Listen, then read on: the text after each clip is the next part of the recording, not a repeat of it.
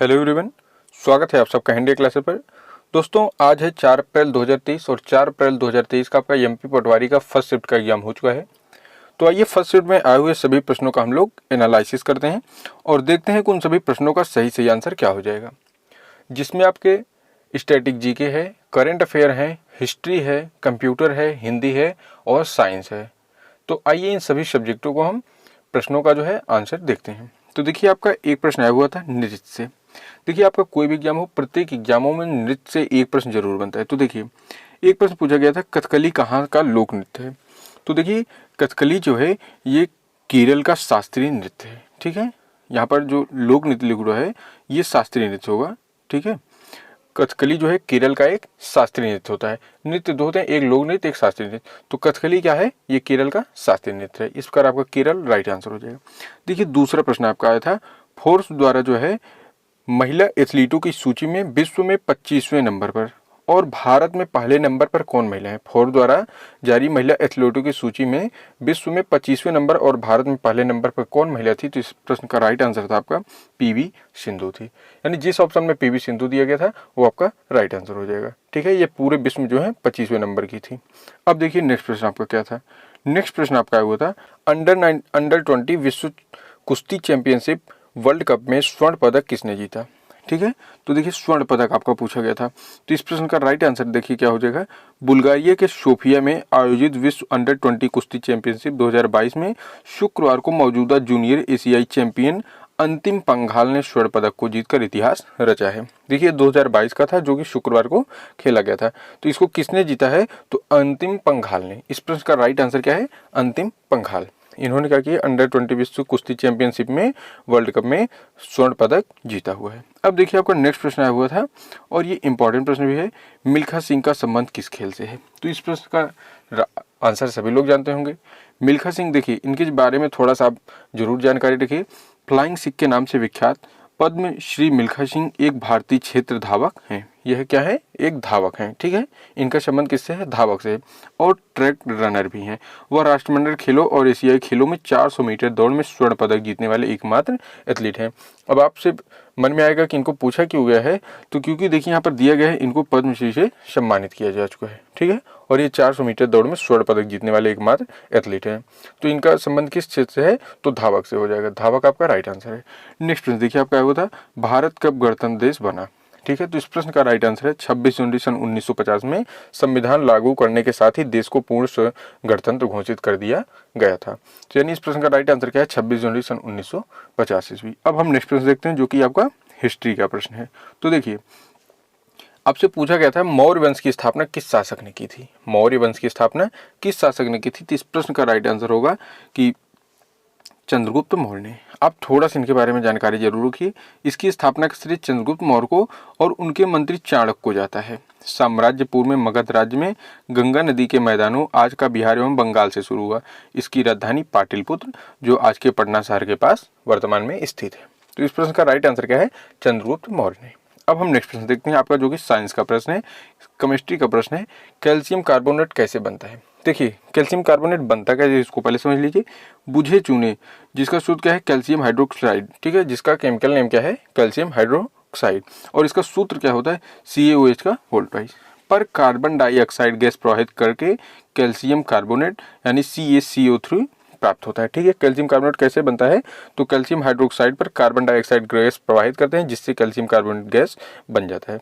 और देखिए calcium hydroxide किसका रासायनिक नाम है, तो बुझे चूने का, जिसका सूत्र होता है CaOH का होल ट्वाइस। और कैल्शियम कार्बोनेट का सूत्र होता है CaCO3। अब हम नेक्स्ट प्रश्न देखते हैं। आपका अगला प्रश्न देखिए क्या हुआ था। अगला प्रश्न आपसे पूछा गया है, साइंस का ही प्रश्न है, कौन सा विटामिन जल में घुलनशील है। देखिए आपसे स्टैटिक जीके से कम प्रश्न पूछे गए हैं और साइंस का प्रश्न बढ़ा दिया गया है इसमें। ठीक है, हालांकि बहुत हार्ड प्रश्न नहीं पूछे गए हैं, लेवल के प्रश्न पूछे गए। यदि आपने तैयारी की है तो आप जरूर अच्छे प्रश्न करके आएंगे, सभी प्रश्नों को जरूर आप करके आएंगे। तो देखिए अगला प्रश्न है, कौन सा विटामिन जल में घुलनशील होता है। तो इस प्रश्न का राइट आंसर है विटामिन बी और सी है जो जल में घुलनशील है। अब देखिए कैसे होता कैसे, तो पानी में घुलनशील विटामिन वे होते हैं जो शरीर के ऊतकों तक ले जाते हैं। ठीक है, लेकिन शरीर में जमा नहीं होते हैं। ये शरीर को जो है ऊतकों तक ले जाते हैं लेकिन शरीर में जमा नहीं होते हैं। इस प्रकार विटामिन और सी, बी और सी आपका राइट आंसर हो जाएगा जो कि आपका ऑप्शन में दिया गया था। अब देखिए नेक्स्ट प्रश्न था, प्लाज्मोडियम किस रोग का कारण है? तो देखिए प्लाज्मोडियम जो है ये मच्छर के काटने से होता है। इसको थोड़ा विस्तार समझ लीजिए, 2 मिनट लगेगा। मलेरिया, देखिए इसका राइट आंसर था आपका मलेरिया। देखिए फीमेल एनोफिलीज मच्छर के काटने से होता है। यह रोग जो है फीमेल एनोफिलीज जो है मच्छर होता है उसी के काटने से होता है। और इस मादा मच्छर में एक खास प्रकार का जीवाणु पाया जाता है जिसे डॉक्टरी भाषा में प्लाज्मोडियम नाम से जाना जाता है। यह जो फीमेल एनोफिलीज मच्छर है इसके अंदर एक खास प्रकार का जीवाणु पाया जाता है, उसी को हम डॉक्टरी भाषा में क्या कहते हैं? प्लाज्मोडियम नाम से जानते हैं। और पूछा गया था प्लाज्मोडियम किस रोग के कारण होता है? तो मलेरिया के कारण होता है, मच्छर के काटने के कारण होता है। अब नेक्स्ट प्रश्न देखते हैं। आपका अगला प्रश्न देखिए क्या था, टाइफाइड किसकी वजह से होता है? देखिए टाइफाइड किसकी वजह से होता है? तो इस प्रश्न का राइट आंसर है बैक्टीरिया की वजह से होता है। जिस ऑप्शन में बैक्टीरिया था वो आपका राइट आंसर हो जाएगा। दोस्तों हमको प्रश्न जो है आप लोगों के माध्यम से ही प्राप्त होता है, कुछ भैया बहन के माध्यम से हमको प्रश्न जो है प्राप्त होते हैं। तो उनमें क्या होता है, कुछ प्रश्न सही तरीके से नहीं लिखे होते हैं, लेकिन हम उनको सही तरीके से समझकर आपको राइट आंसर बताने का प्रयास करते हैं। यदि कोई भी प्रश्न गलत हो जाता है तो आप सभी भैया बहन से रिक्वेस्ट है, यदि आपको वह प्रश्न याद है तो उस सही प्रश्न को आप हमें कमेंट बॉक्स में जरूर बताएं, जिससे हम आप सबको उसका राइट आंसर बता सकें। अब देखिए नेक्स्ट प्रश्न आपका क्या हुआ था, बैरोमीटर से क्या मापा जाता है? बैरोमीटर से क्या मापा जाता है? तो इस प्रश्न का राइट आंसर है वायुमंडल का दबाव मापा जाता है। बैरोमीटर से वायुमंडल का दबाव मापा जाता है। अब नेक्स्ट प्रश्न देखते हैं। अगला प्रश्न था आपका, पर्यावरण प्रदूषण कौन सी ऊर्जा नहीं करती है? पर्यावरण प्रदूषण कौन सी ऊर्जा नहीं करती है? तो इस प्रश्न का राइट आंसर है सौर ऊर्जा। सौर ऊर्जा जो है ये पर्यावरण प्रदूषण नहीं करती है। ठीक है, इसमें सौर ऊर्जा जो है ये सौर ऊर्जा को ग्रहण करता है। ठीक है, तो इस प्रकार आपका सौर ऊर्जा राइट आंसर हो जाएगा।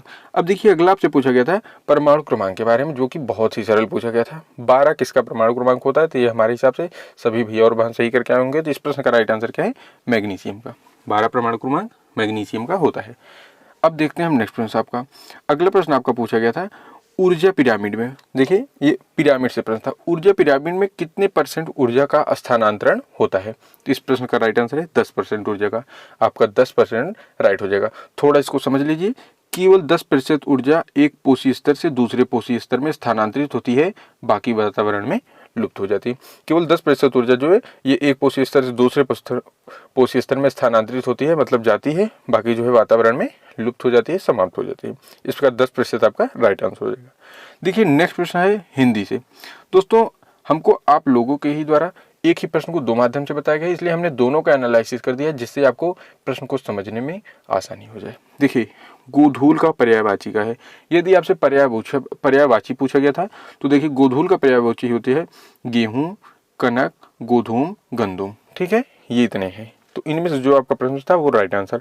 और यदि दूसरा प्रश्न किसी भैया ने बताया है कि गोधूल का तद्भव क्या होता है, तो इस प्रश्न का राइट आंसर क्या है? गेहूं होता है। ये शायद आपके प्रश्न में अगर दिया गया था तो राइट आंसर हो जाएगा। ठीक है, अब हम नेक्स्ट प्रश्न देखते हैं। अगला प्रश्न देखिए आपको बताया गया है, आपके प्रश्न में आया हुआ था 16 मात्रा किस छंद में होती है? ये हिंदी का प्रश्न है, 16 मात्राएं किस छंद में होती हैं? तो ये सभी जानते होंगे चौपाई में। थोड़ा इस प्रश्न को विस्तार से समझ लेंगे तो आसानी हो जाएगी। देखिए यह मात्रिक छंद होता है चौपाई, और इसमें 4 चरण होते हैं। इसके प्रत्येक चरण में 16 मात्राएं होती हैं। चरण के अंत में गुरु और लघु स्वर नहीं होता है, लेकिन 2 गुरु और 2 लघु स्वर हो सकते हैं। तो अब आपको यह प्रश्न कंफर्म हो गया होगा कि 16 मात्रा किस में होती है? चौपाई में होती है। अब हम नेक्स्ट प्रश्न देखते हैं। अगला प्रश्न है आपका जो कि हिंदी से ही था और जिसमें रचना पूछी गई। देखिए आपके प्रत्येक शिफ्टों में रचनाएं जरूर पूछे जा रही हैं, इसलिए जितने भी भैया बहन इस वीडियो को देख रहे हैं, यदि आपका आगे पेपर है तो आप जरूर रचनाओं को पढ़ के जाइए। देखिए पूछी गई थी इनमें से कौन सी सुमित्रा नंदन पंत की रचना है, या फिर यही पूछा गया होगा कौन सी नहीं है। तो हम आपको सुमित्रा नंदन पंत की सभी प्रमुख रचनाओं को बता दे रहे हैं, उसके हिसाब से आप अपना आंसर देख लेंगे। देखिए इनकी रचना है ग्रंथि है, गुंजन है, ग्राम्या है, युगांत है, स्वर्ण कीड़र है, स्वर्ण धूली है, कला है और बूढ़ा चाँद, कला और बूढ़ा चाँद देखी है, लोकायतन है, चितंबरा है और सत्यकाम। यही सभी पूछी जाती है। यदि पूछा गया था इनमें से कौन है, तो जो इनमें से दिया गया था वो राइट आंसर है, और कौन नहीं है तो जो मतलब इनमें से जो नहीं दिया गया तो आपका राइट आंसर हो जाएगा। देखिए अगला पूछा गया था इनमें से कौन सी रामवृक्ष बेनीपुरी की रचना है। तो देखिए इस प्रश्न का राइट आंसर क्या होगा? देखिए इनकी हम प्रमुख रचनाओं को पहले देखते हैं। रजिया है, माटी की मूर्तें हैं, जंजीरें हैं और दीवारें, मील के पत्थर, चिता से फूल, गेहूं और गुलाब, महाराणा प्रताप, विद्यापति पदावली, तरुण भारती, करमवीर, रामवृक्ष बेनी की प्रमुख रचनाएं हैं। यदि पूछा गया था इनमें से कौन सी उनकी रचना है, तो जो दिया गया था एक कोई दिया गया होगा वो राइट आंसर होगा। और यदि पूछा गया था इनमें से कौन सी नहीं है, यदि नहीं कहा गया था तो 3 आपको सही दिया गया होगा, 1 गलत था, तो जो गलत दिया गया था वही आपका राइट आंसर हो जाएगा। अब हम कंप्यूटर के प्रश्न देखते हैं। देखिए हमको कंप्यूटर का प्रश्न मिला हुआ है कि HTTP का फुल फॉर्म क्या होता है। देखिए HTTP का फुल फॉर्म होता है hyper text transfer protocol. HTTP का फुल फॉर्म क्या है? हाइपर टेक्स्ट ट्रांसफर प्रोटोकॉल, जो सभी भैया और बहन को पता होगा। अब थोड़ा इसके बारे में थोड़ी सी जानकारी आप रखिए। हाइपर टेक्स्ट ट्रांसफर प्रोटोकॉल है और hyper text transfer protocol HTTP world wide web की नींव है। WWW का फुल फॉर्म है वर्ल्ड वाइड वेब, ठीक है। और इसका उपयोग हाइपर टेक्स्ट लिंक का उपयोग करके वेब पेज लोड करने के लिए किया जाता है। यदि आपसे पूछा जाए WWW का फुल फॉर्म तो वर्ल्ड वाइड वेब होता है, ठीक है। अब नेक्स्ट प्रश्न देखिए, आपसे एक पूछा गया था कि F7 कुंजी एक होती है।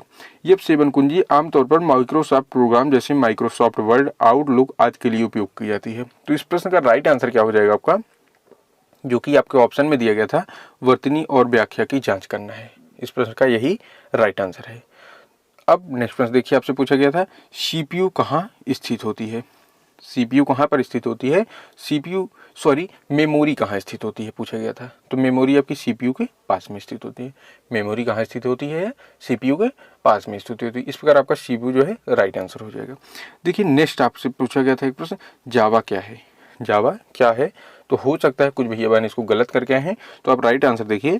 जावा एक प्रोग्रामिंग भाषा है। जावा क्या है? एक प्रोग्रामिंग भाषा है जिसे मूलतः सन माइक्रो सिस्टम के जेम्स गोसलिंग द्वारा विकसित किया गया था तथा सन 1995 में इसे सन माइक्रो सिस्टम के जावा प्लेटफॉर्म के एक मुख्य अवयव के रूप में रिलीज किया गया था। तो आपके राइट ऑप्शन में दिया होगा कि यह एक प्रोग्रामिंग भाषा है, तो वही ऑप्शन आपका राइट हो जाएगा। जावा एक प्रोग्रामिंग भाषा है। अब देखिए वायरस से प्रश्न पूछा गया था, मैलवेयर क्या होता है? मैलवेयर क्या होता है? तो देखिए इस प्रश्न का राइट आंसर आपका क्या होगा, मैलवेयर एक ऐसा सॉफ्टवेयर होता है जिसे खास तौर पर किसी कंप्यूटर या उसमें इंस्टॉल किए गए दूसरे सॉफ्टवेयर को नुकसान पहुंचाने के लिए बनाया जाता है। मैलवेयर संवेदनशील जानकारी, क्रेडिट कार्ड के नंबर या पासवर्ड भी चुरा सकता है। तो देखिए मैलवेयर क्या है? यह एक सॉफ्टवेयर होता है जिसको जो है कंप्यूटर में इंस्टॉल किया जाता है। यह दूसरे सॉफ्टवेयरों को क्या करता है? नुकसान पहुंचाता है, ठीक है। यह दूसरे सॉफ्टवेयर को नुकसान पहुंचाता है और एक संवेदनशील जानकारी जैसे क्रेडिट कार्ड के नंबर या आपके कोई भी पासवर्ड हो उनको ये चुराने का कार्य कर सकता है। तो इसका आप मैलवेयर को समझ गए होंगे। और दोस्तों हमको आज के यानी 3 अप्रैल के फर्स्ट शिफ्ट से जितने भी प्रश्न मिल सके थे, हमने सभी प्रश्नों का आपको एनालिसिस करा दिया गया है। देखिए आपका प्रश्न जो है बहुत हार्ड नहीं आ रहा है। यदि आप थोड़ा सा भी या कुछ भी मेहनत किए हैं, आपने थोड़े दिन मेहनत किया है, तो आप जरूर इसमें अच्छा मार्क्स लाएंगे।